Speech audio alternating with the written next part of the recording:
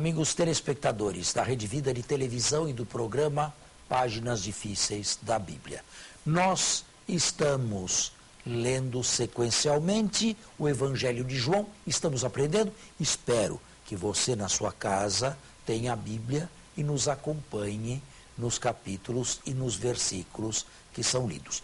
Nós falamos do primeiro sinal de Jesus em Caná, depois das atividades de Jesus na Judéia, em Jerusalém, com Nicodemos.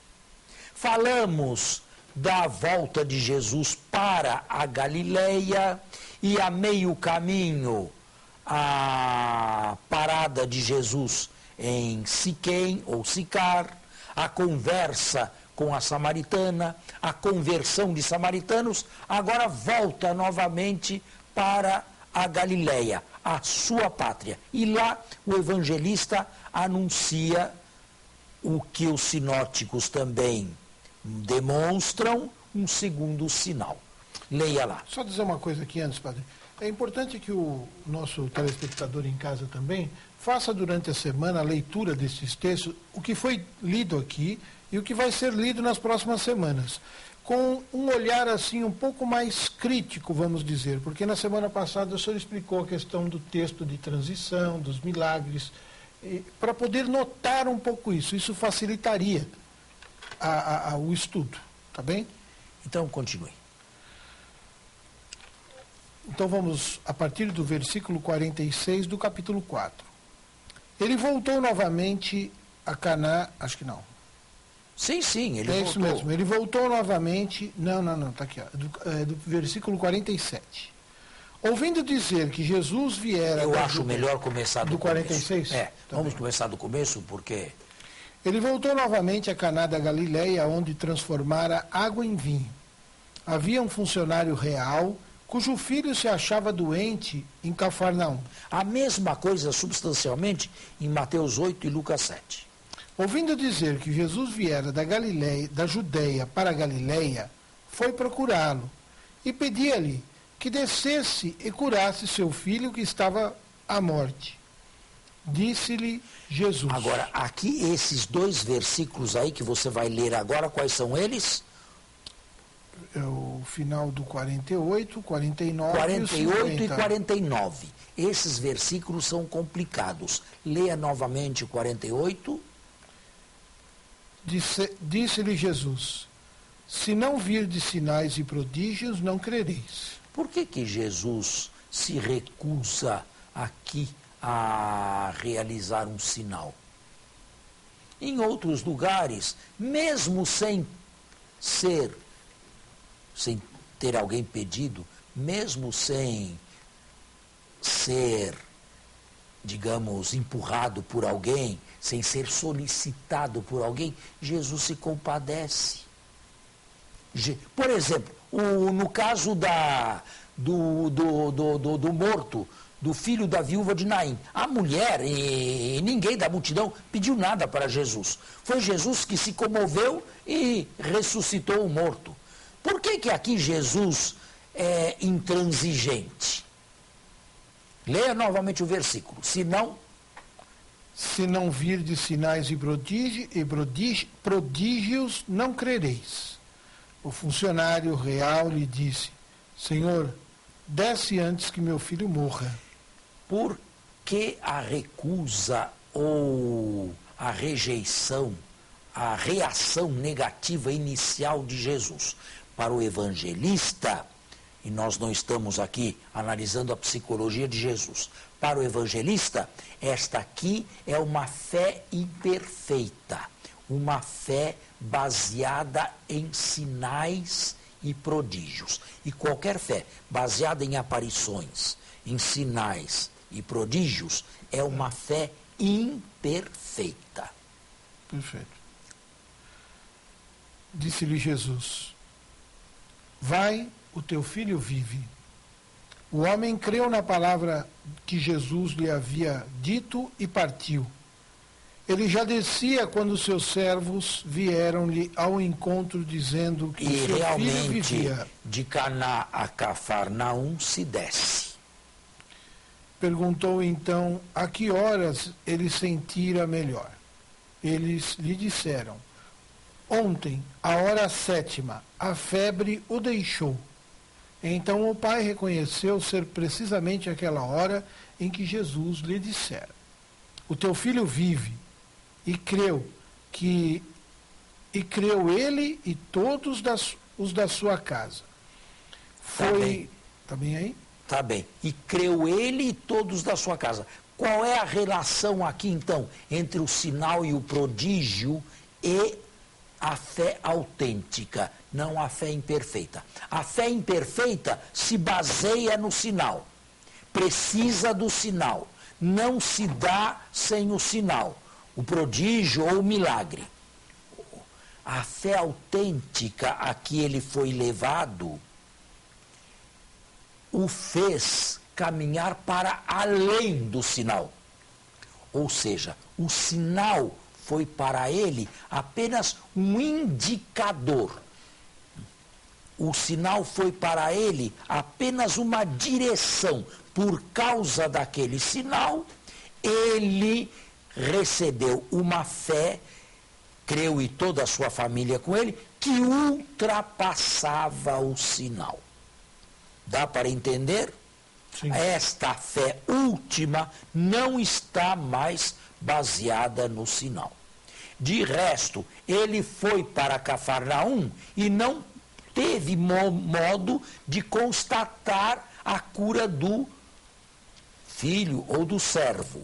Ele só creu na palavra de Jesus.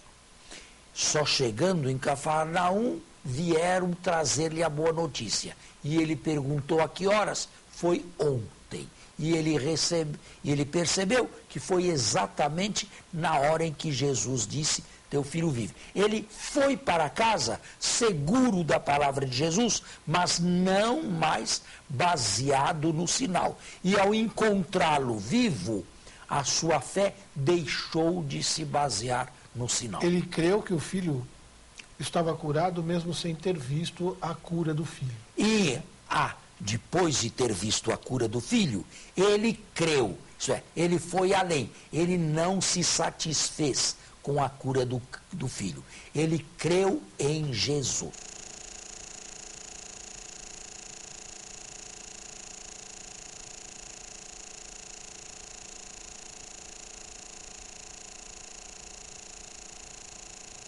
Prodígios. Esta é a primeira leitura que se faz do texto. Os pregadores, quando têm esse texto em mãos, a primeira coisa que insistem é na fé. Agora, atenção. Dias atrás, eu estava vendo um programa religioso e um sacerdote que dizia que é preciso pedir com fé e com muita fé e muita insistência e então se obterá. Bem, aqui é preciso fazer umas certas observações, a meu ver. Não é que tudo que se peça a Deus com a maior fé se obtém. Claro que não. Pode ser que aquilo de jeito nenhum. Do plano de Deus, né? Se fizer parte do plano de Deus, sim. Mas se não fizer parte, não adianta. Portanto, não é o caso de insistir enormemente na psicologia da fé e levando quase que a pessoa a uma exasperação da fé, para arrancar de qualquer jeito da mão de Deus aquilo que quer. Isso não. E depois isso de jeito nenhum. Não foi atendido, né? É claro, e as mais das vezes a sensação é essa. É essa. Tá, a mais das vezes então, Deus não me ama. Não posso dizer que essa pessoa não pediu com fé. De jeito nenhum. É preciso tomar um certo cuidado. Eu peço com fé, mas a última palavra não depende de mim. A última palavra, o deferimento, digamos assim, do pedido não depende de mim. Depende de Deus.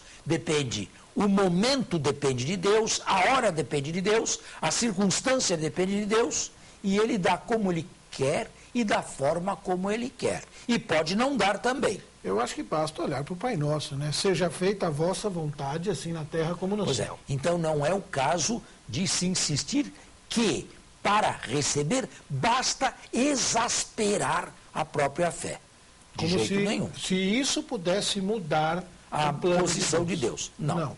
Agora, existe um segundo tema nesta perícope aqui, além do tema da fé. É o tema da vida. Jesus deu a vida. Houve já umas passagens preliminares para a samaritana, na conversa com a samaritana. Ele havia prometido uma água viva.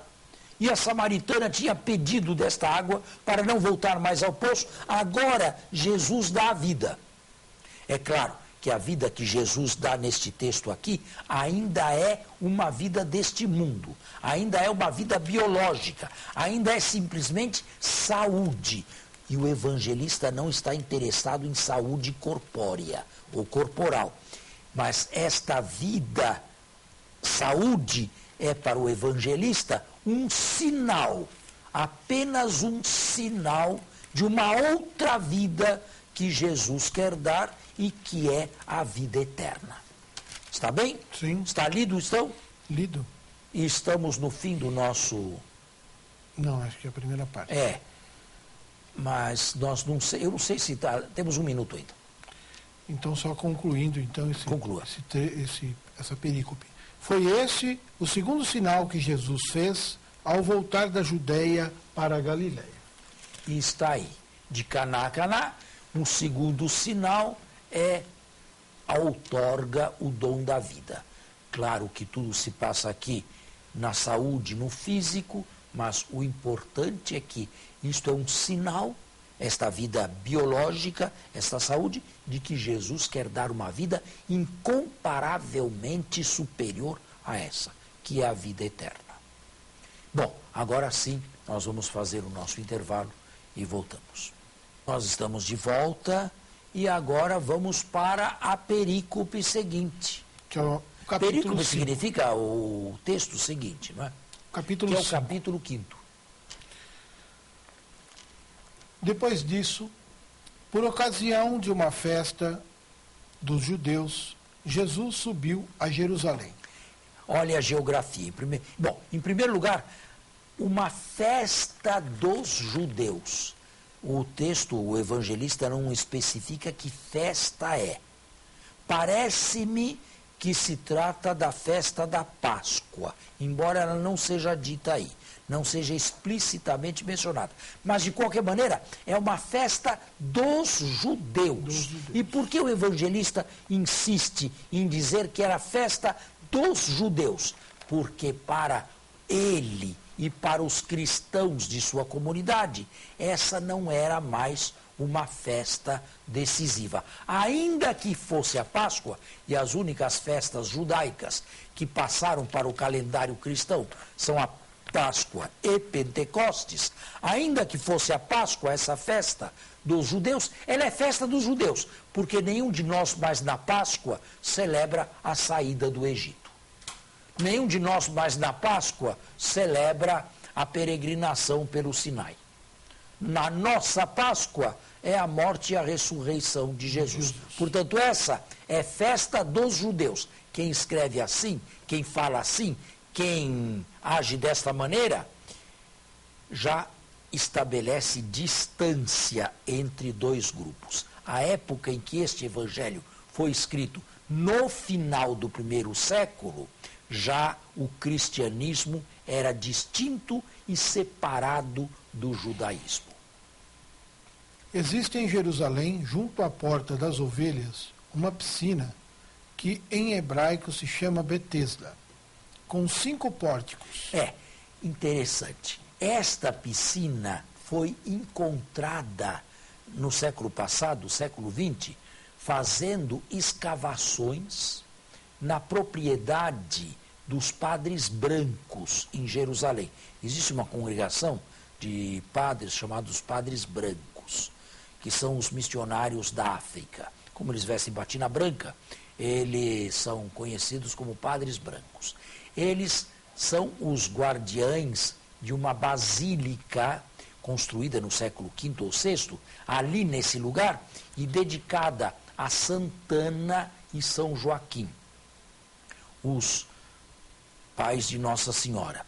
E escavações aí no recinto dessa basílica, no átrio externo dessa basílica, encontraram exatamente esta piscina. É uma piscina quadrangular, mas com uma divisória no meio. Por isso que ele fala 5 pórticos.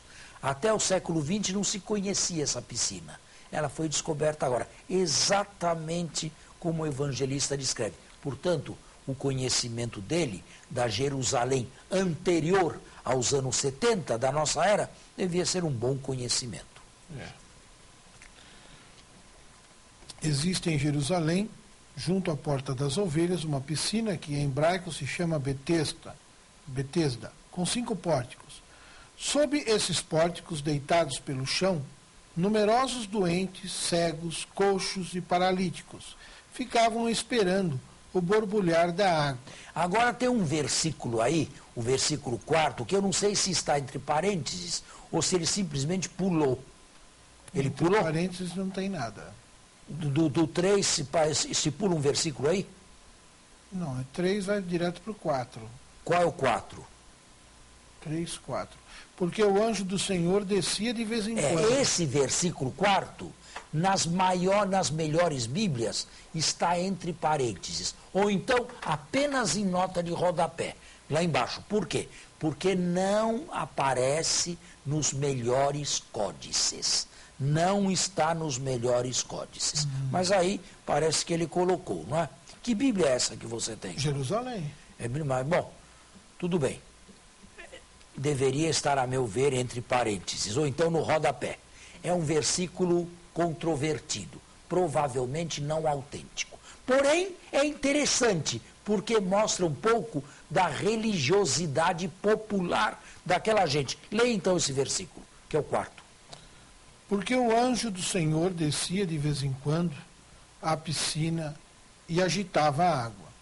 O primeiro, então, que aí entrasse depois que a água for agitada, ficava curado, qualquer que fosse a doença. Bem, aí está o famoso versículo que falta nos melhores manuscritos. Agora, eu disse que ele é interessante porque ele é testemunho de uma crença popular. Provavelmente, esse borbulhar da água deveria ser causado por uma válvula intermitente. E uma crença popular imaginava que um anjo de Deus revolvia a água de vez em quando e a transformava numa água terapêutica, isto é, numa água capaz de curar o primeiro que lá descesse. O evangelista diz isto nesse texto aí, melhor, os melhores manuscritos não o trazem, apenas alguns o trazem, mas mesmo trazendo, o evangelista não faz não faz sua, essa crendice ou essa crença popular, que era um anjo de Deus. Ele simplesmente diz que havia esse costume, provavelmente uma crendice. A água se agitava, se imaginava que um anjo de Deus mexesse aquela água lá e que o primeiro ficava curado. Bom, essas coisas não acontecem só aí, não é? Sim. Acontece em muitos lugares, conosco também. Continue. Encontrava-se aí um homem doente havia 38 anos. Bom, não quer o texto dizer que há 38 anos ele estivesse ali. Ele estava doente há 38 anos.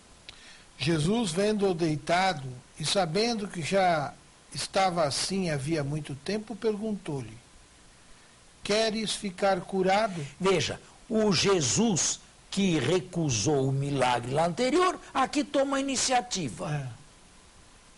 Percebe a diferença? Respondeu-lhe o enfermo: Senhor, não tenho quem me jogue na piscina. Quando a água é agitada, ao chegar, outro já desceu antes de mim. Disse-lhe Jesus: levanta-te, toma o teu leito e anda. Imediatamente o homem ficou curado. Tomou o seu leito e se pôs a andar. Bom, este sinal, que significado traz aqui? É o terceiro sinal. Mas que significado ele tem para que o evangelista o ache tão importante a ponto de figurar aí no início de um capítulo? Qual é a conclusão que se tira? Jesus pergunta se ele quer ficar curado, o cura, ele se levanta, pega a sua cama, o seu catre e volta para casa. Qual o significado teológico de tudo isso aí? Na perícope anterior, do servo do senhor, do real, do príncipe real, sim, pelo menos havia a questão da fé. Aqui não. Aí, em primeiro lugar, Jesus não recebeu o pedido dele, foi Jesus quem tomou a iniciativa, ele foi curado, foi-se embora e não diz o texto que ele creu. Qual o motivo, então, para se colocar um texto assim, aí? Que é que isso podia fazer com que o leitor se edificasse? Alguém poderia dizer, seria a piedade de Jesus, a compaixão de Jesus ao ver uma outra pessoa sofrer. Mais ou menos como aconteceu com o filho da viúva de Naim. Mas se o evangelista quisesse sublinhar a piedade de Jesus, a compaixão de Jesus diante de um sofredor de 38 anos paralítico, ele teria sido mais explícito. Ele teria que ser mais explícito. Em Lucas diz lá, movido de compaixão. Aqui nada. Então, qual é o significado, qual a importância desse texto para um leitor desse evangelho tão alto, tão teológico e tão místico? Aparentemente não tem. Fora a questão da cura em dia de sábado. Ah, você tocou na questão. É o versículo 9. Isso. Leia. Ora, esse era um dia de sábado. Os judeus, por isso, disseram ao homem curado, é sábado e não te é permitido carregar teu leito. Ele respondeu, aquele que me curou disse, toma o teu leito e anda. Eles perguntaram, quem foi o homem que te disse, toma teu leito e anda? Mas o homem curado não sabia quem fora. Ele sequer se dignou saber quem era Jesus que lhe tinha dado a cura. É um homem obtuso, burro, sem inteligência. Continue o texto. Sim, depois disso Jesus o encontrou no templo e lhe disse, eis que estás curado, não peques mais para que não te suceda algo ainda pior. O homem saiu e informou aos judeus que fora Jesus quem o tinha curado. Não tanto para delatar Jesus, mas por uma ulterior burrice. Um idiota. Não compreendeu coisa nenhuma. Agora, a importância deste texto é exatamente ter feito uma cura no dia de sábado. Ter provocado um incidente teológico ou litúrgico em dia de sábado. E ele quis fazer Aí está o porquê dessa perícope aqui. Mas o nosso tempo está esgotado. E agora Jesus, num longo discurso, vai se autodefender. Mas esse discurso fica para a semana que vem, se Deus quiser. Muito obrigado. Um bom domingo a todos, até a próxima semana.